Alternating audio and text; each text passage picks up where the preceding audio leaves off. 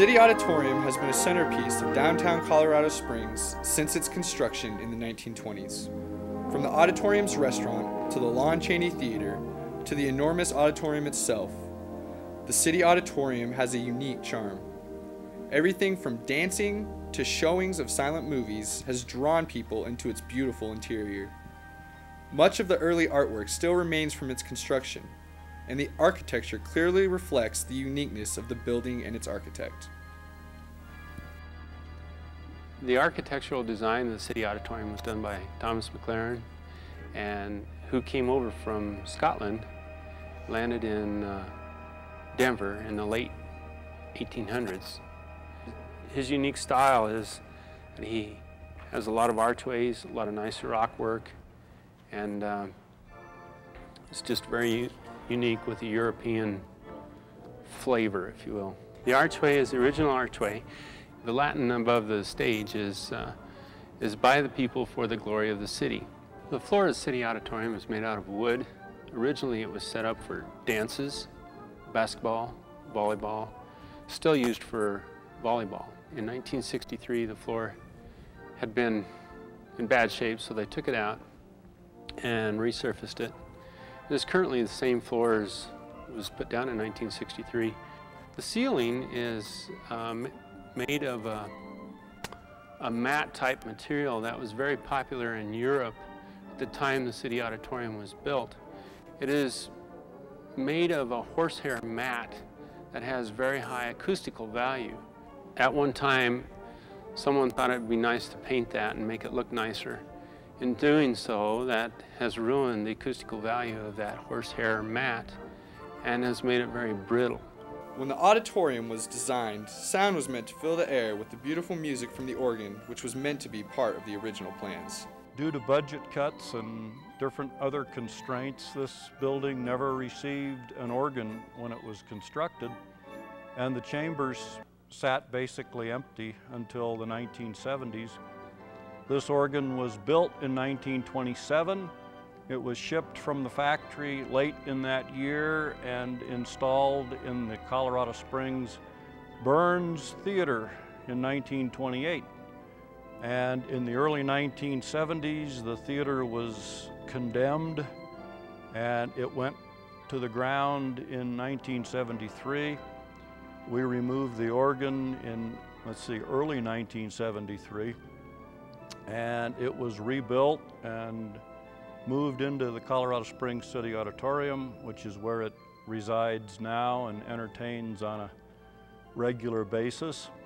The organ is a 3-manual, 8-rank instrument, which means that it has 8 different sets of pipes, speaking pipes, has 608 total pipes. It also has a complete xylophone, a glockenspiel, it has a chrysoglot, it has a series of drums, it has special effects like bird calls, wood blocks, it has tuned sleigh bells, all the percussions that a person would need to accompany silent movies. We do regular weekly events through the summer. They're called Sack Lunch Serenades. You can come and bring your lunch, and from 12 to 1, we will provide the music and you provide your lunch, and we'll show you a silent movie and give you some great entertainment. We also do that during the Christmas season. So all Thursdays in December we'll be here from noon to 1. During the golden age of the auditorium, seating was imperative to contributing to the classy atmosphere. The main arena here has about approximately 1,450 chairs, and full capacity, standing room only, around 3,000 people, with chairs on the floor, 21 to 2,200 people. And on the bottom of the seats is a wire rack that the gentlemen at the time wore hats and would not have any place to put them, so they could slide them into these racks under their seat to store them while they're at an event. We also have the Lon Chaney Theater, and it's about 230 chairs in there. There's 50 plus years of use on those seats, and Each year we have to take out a few more seats, and because they're just in such disrepair. We have modernized the City Auditorium arenas to get into the year 2000 technology. We have provided and cabled data jacks and phone jacks around the arena floor. We also have a wireless internet access for the public to use.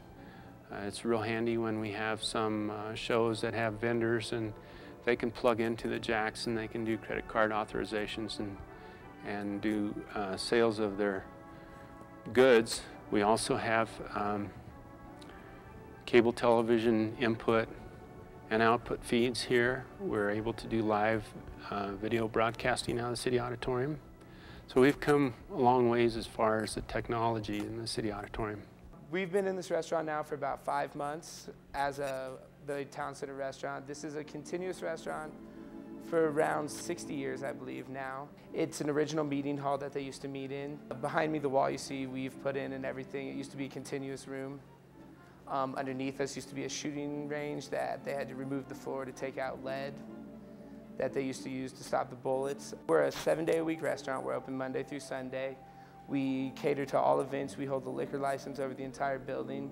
We also hold private rentals in the restaurant. We can do outside catering. We've had everything from ultimate fighting, the cage fighting, to bands that play, such as Flash Cadillac, which is a nostalgic kind of band, 50s style music, to Godsmack came in and had a concert. Here at the historic City Auditorium in downtown Colorado Springs is the Lon Chaney Theater. Lon Chaney, known as the man of 1,000 faces in motion pictures many years ago, especially in the silent movies, and his wife were both instrumental in establishing the Colorado School for the Deaf and Blind in Colorado Springs. And then his son went on, Lon Chaney Jr., to be the werewolf in a bunch of Frankenstein movies that scared the living bejeebies out of a whole lot of little kids, which I used to be. So when it came time to name the theater here in the auditorium, there were several names suggested, but none were more prominent than Lon Chaney and Lon Chaney Jr., hence the Lon Chaney Theater. Seats 250 people. Will soon be the place where we're going to stage every Friday night movie and a martini, and we'll feature a lot of Lon Chaney films and other old films for public consumption.